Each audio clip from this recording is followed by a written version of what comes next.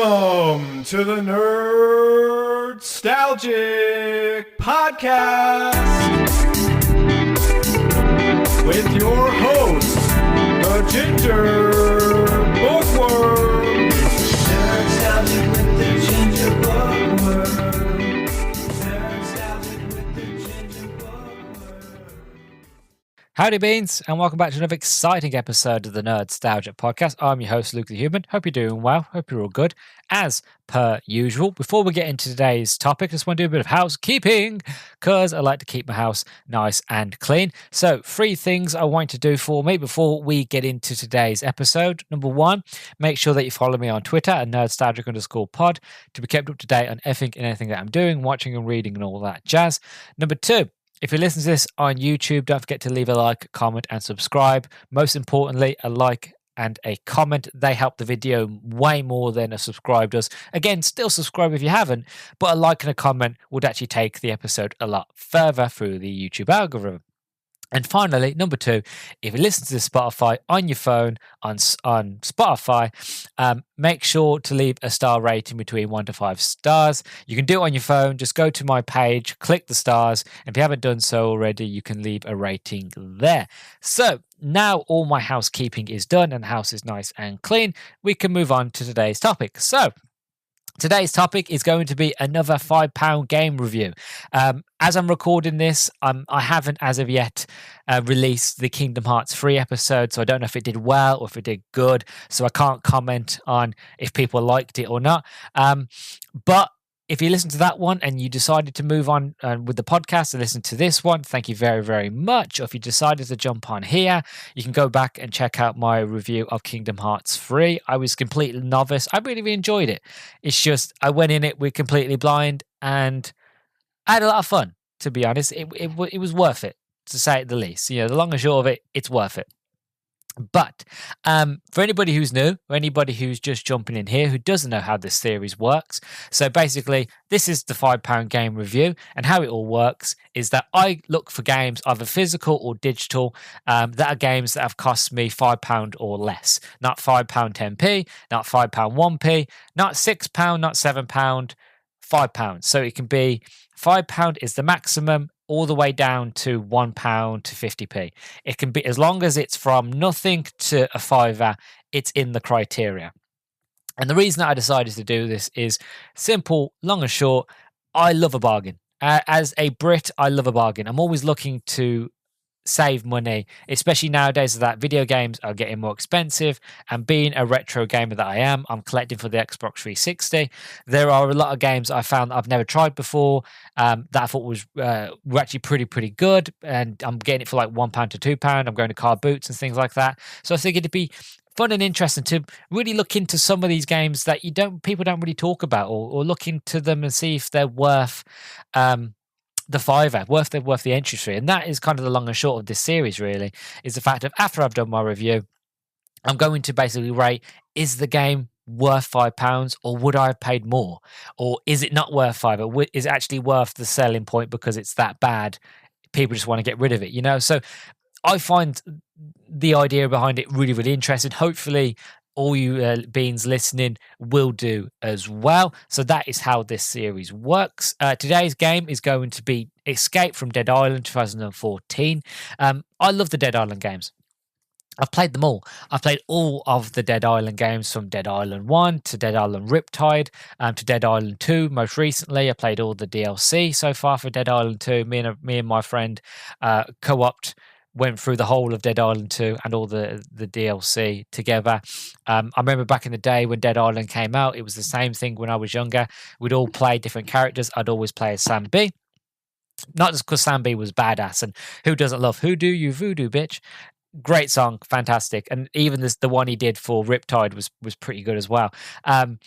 But I just love getting into the thick of it. I love playing a tanky character, especially in a zombie game. I love playing a tanky character where I can just get any sort of blunt instrument and just beat zombies to death. Like anything where you give me that sort of ability, I'm all here for it. And if you've been listening to the podcast long enough, you know I love my zombies. You know I love anything to do with zombies, zombie movies, zombie games.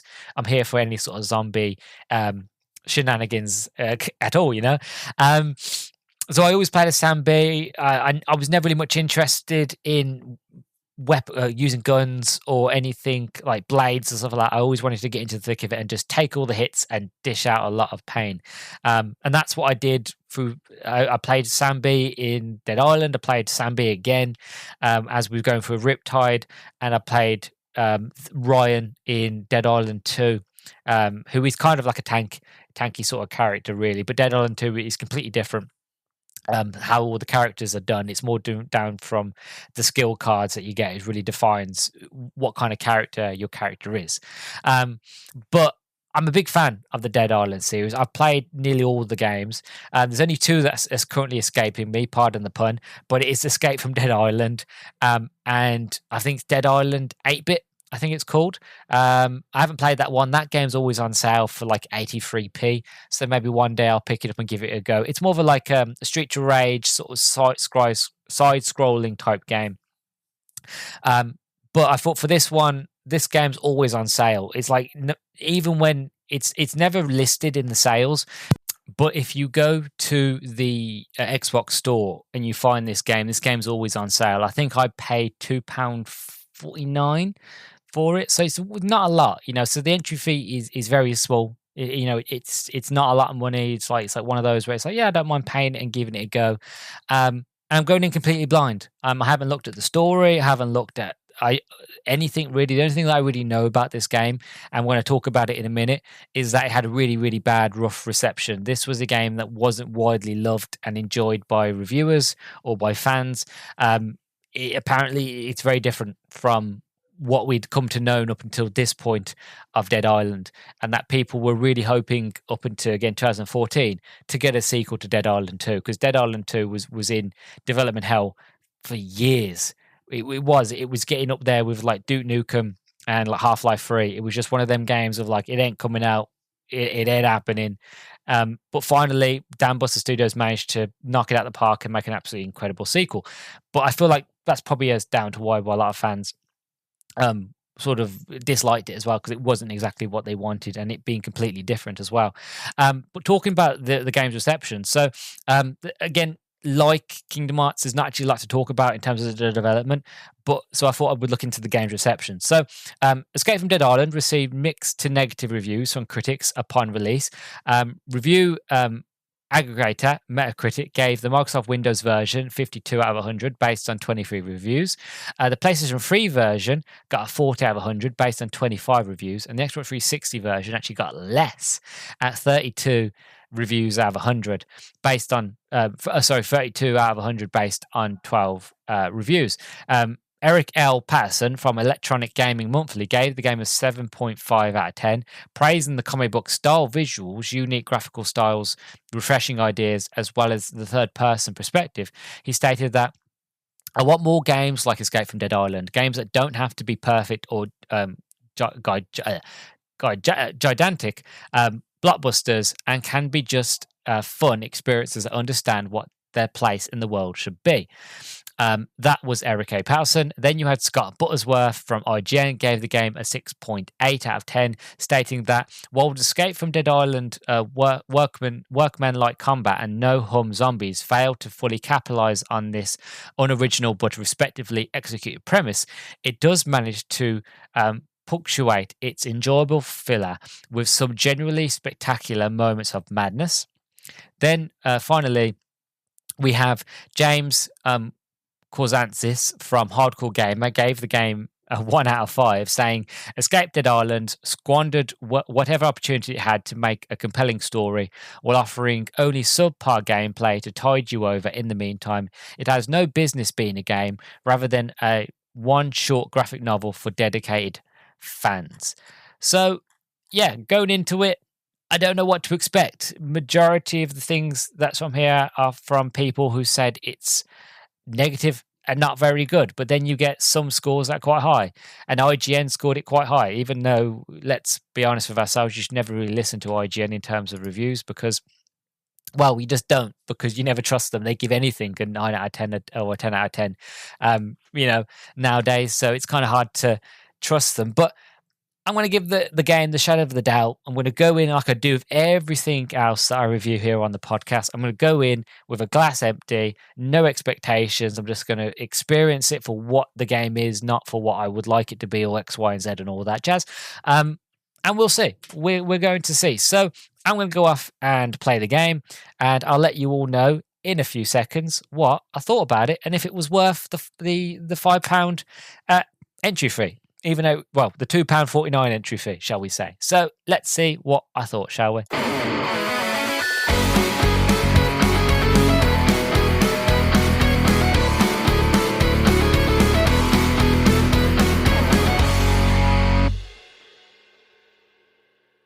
Right, so after playing Escape from Dead Island, and you can probably hear it in the tone of my voice, but sort of my first impressions are that it's not the best game in the world. No.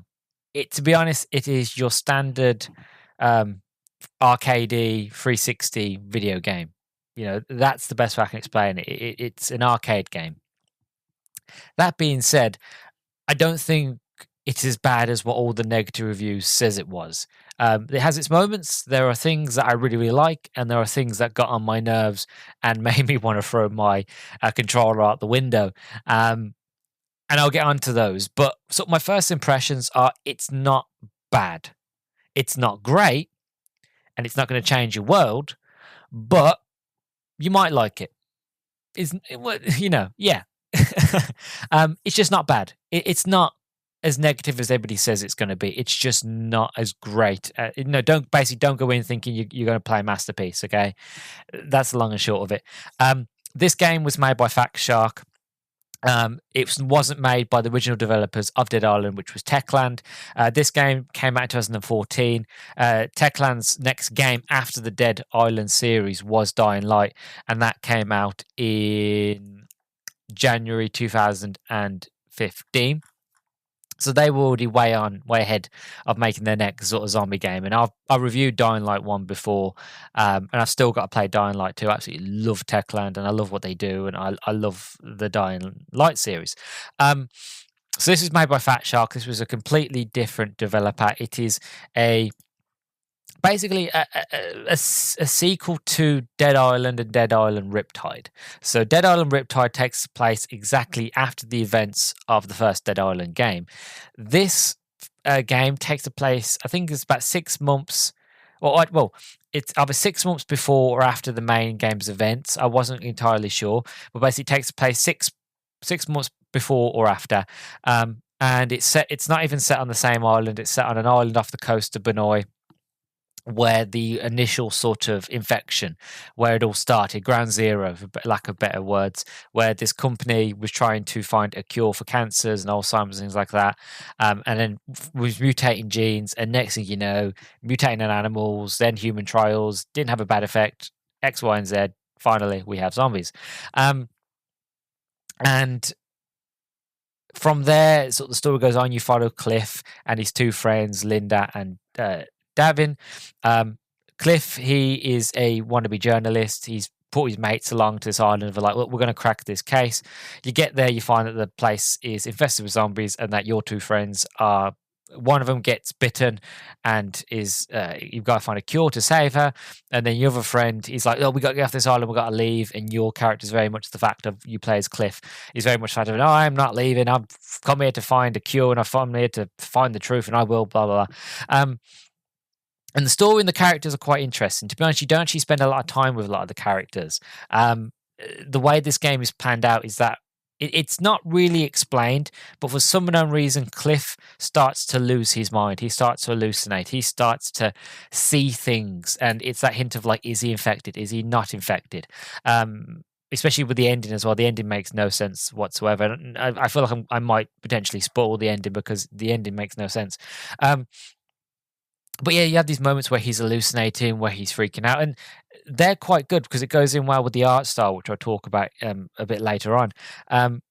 But yeah, you don't really talk much with the main characters. Mostly you're on your own and you're talking to them through radio, and as you make your way through fighting zombies. And yeah, it's it's basic, the gameplay, it's hack, it's slash, there's a sneak mechanic, but to be honest with you, the sort of visual cones, like you can't see them, but you can imagine these visual cones of the eyesight of these zombies are so sort of like predator accurate that there's no point sneaking around, because even if you're right behind them and you go really, really quiet, they'll just turn around and and you're like, all right, well, I ain't got a chance to stealth kill. Yeah, it's hack and slash here. You get to upgrade your weapons in this. You can find other bits of collectibles that sort of flush out the story. You can sort of upgrade your main axe. You get a katana at one stage. You can upgrade your pistol, so it goes from a standard pistol to a silenced pistol, which the silenced pistol is quite good actually, because you can. It makes sneaking around a bit easier. Is the fact if you can kind of stand in a bush and shoot at the zombies, and they kind of stand up while being shot at, and kind of like, who was that? What was that sort of thing?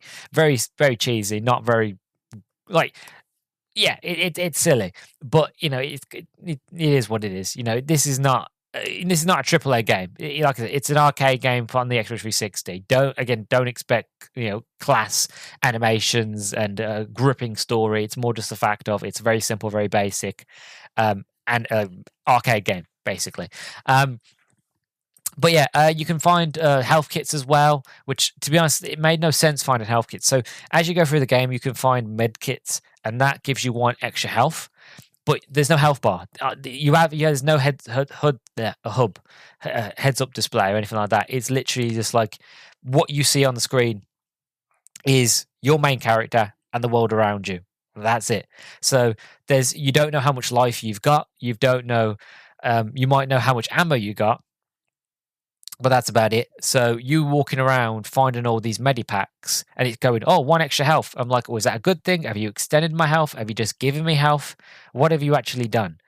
Because it just feels like I was taking the same amount of hits each time I'd find a medikit. It didn't feel like it was actually doing anything to that, so there's little nitpicks here and there, and I was just like, well, hold on a second, why you give me medikits? You haven't told me if you've given me health. You haven't told me if you've given me like extended health bars, if my health bar's a bit longer or smaller or anything like that. Nothing like that. Generally, it's more just the fact of you got 1 max health. I'm like, well, what does that mean? What does it mean?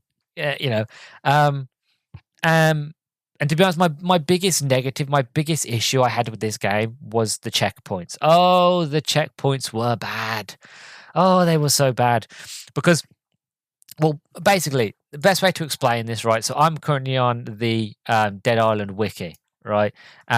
And it kind of explains it better than I probably could, right? So this is how it works in the game, right? This is how checkpoints work. This is how death works in the game, right? This is from the wiki. If you die, Cliff will be respawned at the last checkpoint you hit. Any zombie you killed will also be respawned and placed back where it was. Any loot you collected after hitting that checkpoint will be placed back and removed from your inventory. And any animation you fired will be refunded back to you, Essentially, the game resets back to how it was when that checkpoint was hit. This also applies to collectibles. Any collectibles you got will not be saved if you quit the game before hitting the next checkpoint. If you die enough times, pistol ammo will spawn near Cliff. So the long and short of it is the fact of the checkpoints are few and far between. So if you die in between that, all the photos you take, because you have different collectibles. You've got like files and audio files to find. You also have a camera because you're a journalist. Kind of think Dead Rising, but not as good, basically, where you take photos of things and then you'll get a number about. It's like it works as a collectible, right? And you get a bit of detail about certain things and Cliff's sort of thoughts and feelings on it. Anyway, if you basically die from point A to point B, you're buggered, basically. You will have to remember every collectible, where it was, where you found it. You have to remember where you took pictures, what you took a picture of. And again, like I said, because it's so few and far between, you've now got to go back through what you've all just done and kill all them zombies all over again. And there were many times, like I said, as I mentioned with the health, I didn't know how much health I've got. All you really get is a few sort of red, like you get these, like, if you get hit, you get like a red hue that comes in and it gets closer and closer, and eventually it gets close, and then your character just kind of falls over and dies. And then you respawn and you got to do it again. And it's so painful and so annoying because there were many moments where I was very close to the next checkpoint, or what I thought the next checkpoint would be, because how long it would be until I saw a checkpoint. and then some zombie would a spitter would spit acid at me, and that would start having like, again, there's no sort of, again, without health bar, you can't tell if you're losing health. All it really says is this spitter hit you, and then Cliff goes, ah, ah, ah. And that's it. I don't know if that's one hit or if that's one hit, but because it's acid, it's multiple hits as well. So you'd get hit by it, and then you'd get another zombie come in, hit you in the back, and then you're dead. And you're like, ah, I've now got to go back and do that all again and find all the collectibles and do all the things. And it was many times where I was just like, if I wasn't playing this for review, there'd be many moments where I'd go, bugger it, I'm gone. I ain't doing it no more. I'm controllers out the window. I'm going downstairs and watching Game of Thrones. I'm doing something else because I can't be bothered. And it's that annoying. That was my biggest gripe with it. And again, I get it. I said it earlier. It's an arcade game. Like, it's not something it's very well made, or like, well, it is well made at certain points. But what I'm trying to say is, what I'm trying to articulate is basically, I went in expecting something like that was kind of on the same level of Dead Island, really, and what I got was a completely different experience, which is not inherently always a bad thing. It's just the fact of, it is an arcade game. It is a game that is done for cheap. It's done, just to kind of, to use a license or whatever you want to call it, really. So yeah, I shouldn't have expected sort of world changing stuff from it, but it was just annoying when you get so far in the game and then you die for no reason, or you die unfairly because you just get swarmed out of nowhere. And like, sometimes the zombies would spawn, sometimes they wouldn't. This is sort of the gameplay, the sort of the game design I'm trying to explain here. And it just made it really unfair, really, really unfair. So the checkpoints was my biggest gripe with this game completely. One thing that you can also get as well, and I'm going to say on the edge of caution with this one, you can get the Underwater Labs DLC for free. But a word of warning, they're not easy.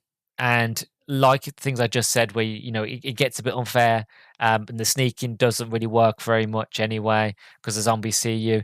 The Underwater Labs, it adds a sort of new extra bit of story, which you can do while you're playing the main story. You find these hatches that kind of look like the hatches from Lost. Basically, you find this hatch, you go underground.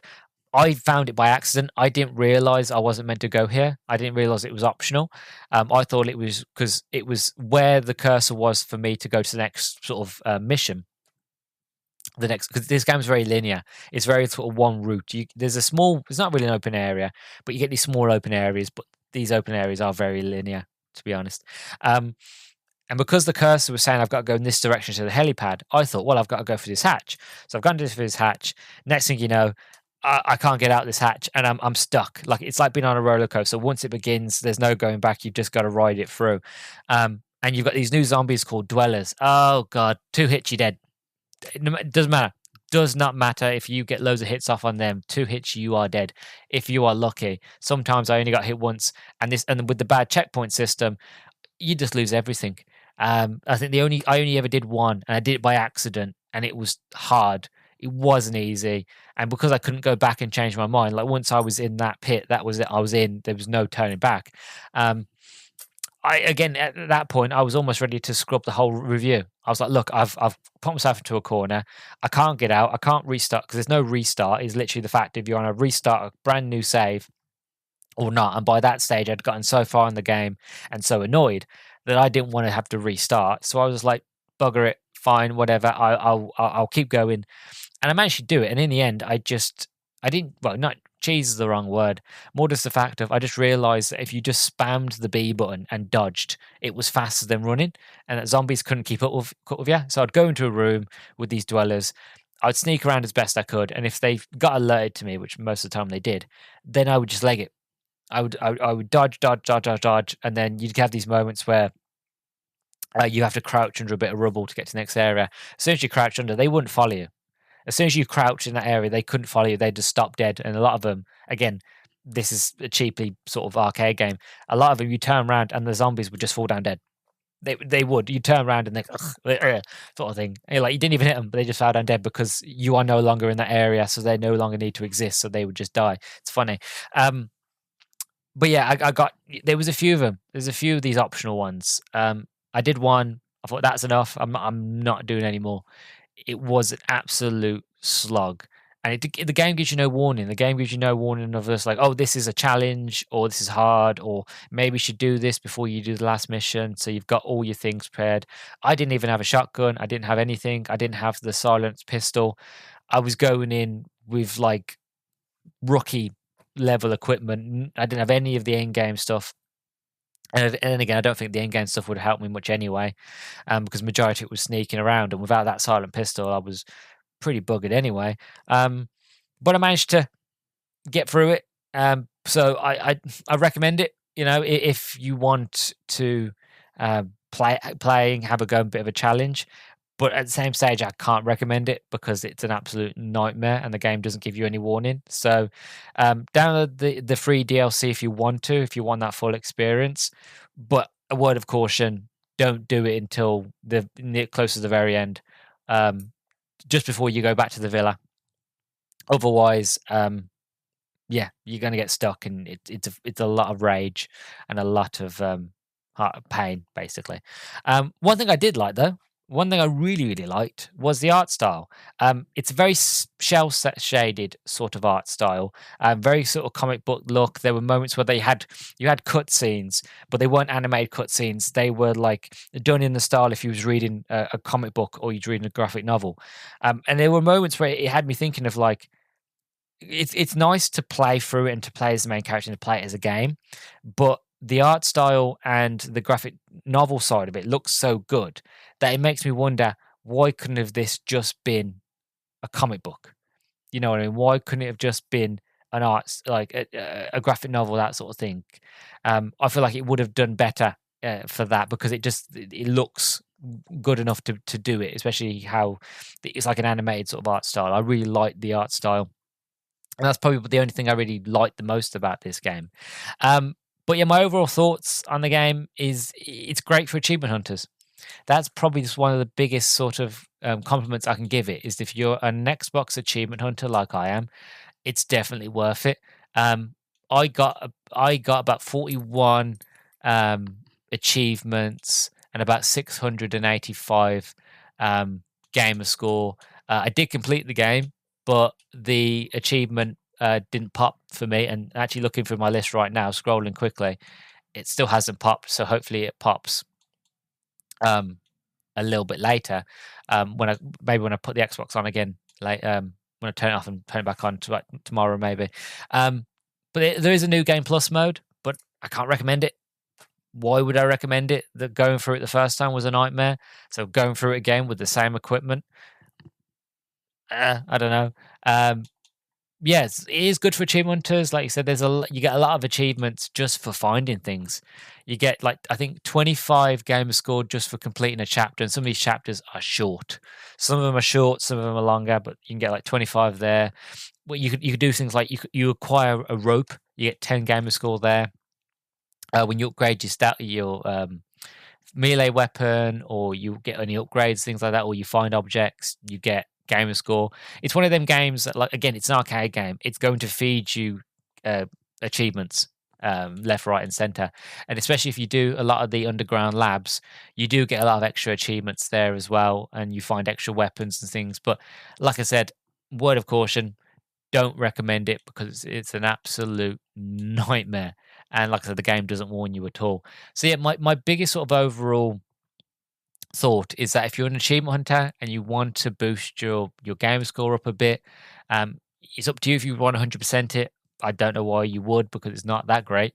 But you can get 1,245 gamer score if you 100%ed it.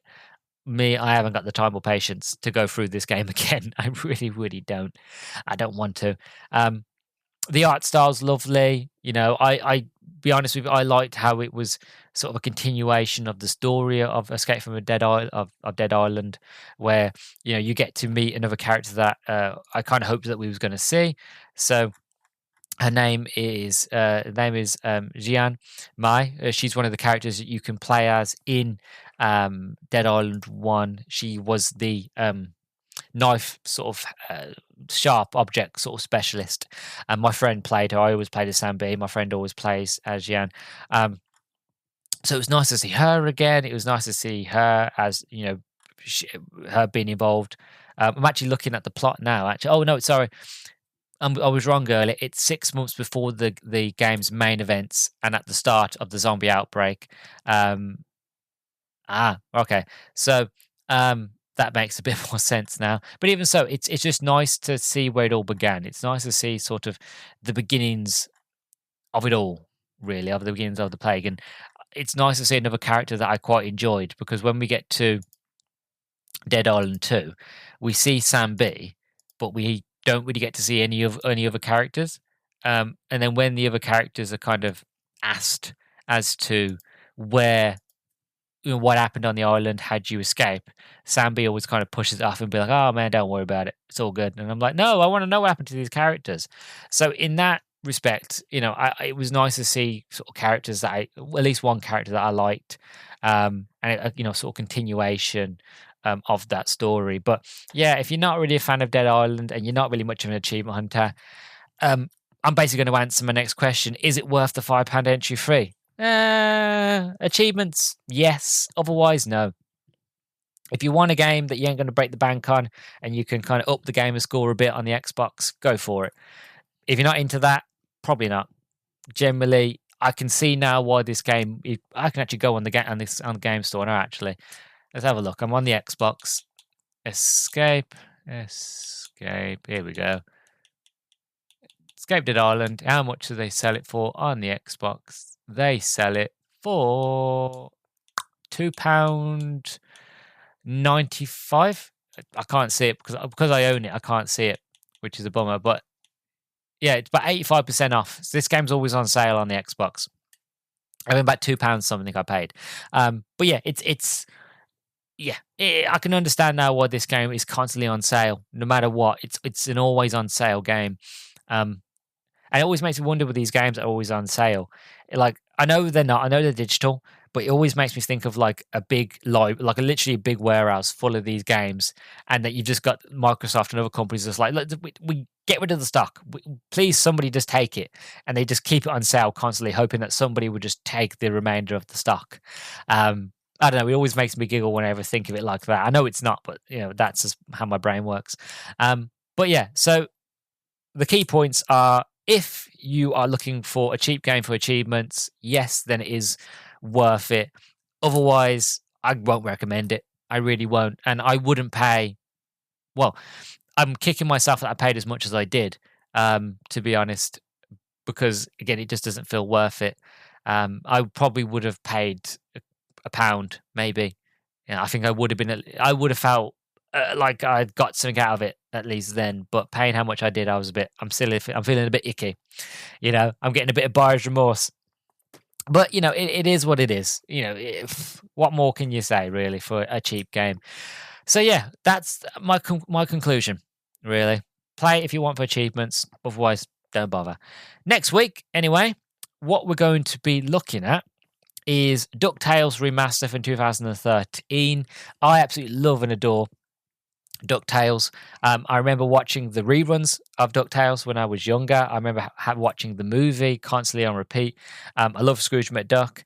I love all the characters. So I never played this game. It's always been on my list, and I managed to get this one when it was on sale. I think this was possibly about £4 something. So we'll see what that is like, but that's for the next episode. For now, I hope you liked my review of Escape from Dead Island. I played it so you didn't have to. Hope you enjoyed it. Hope you liked it. Before we leave and before we end things here today, if you could do 3 things for me. Number 1, make sure that you follow me on Twitter at nerdstalgic_pod. Number 2, if you're watching this on YouTube, don't forget to like, comment, and subscribe. And number 3, if you're listening on Spotify on your mobile phone, then please leave a star rating between 1 to 5 stars. And yeah, thank you very, very much for listening to my £5 game reviews. I'll hopefully catch you in the next one. I've been your host, Luke the Human. You've been listening to the Nerdstalgic podcast, and I will catch you in the next one. Bye-bye.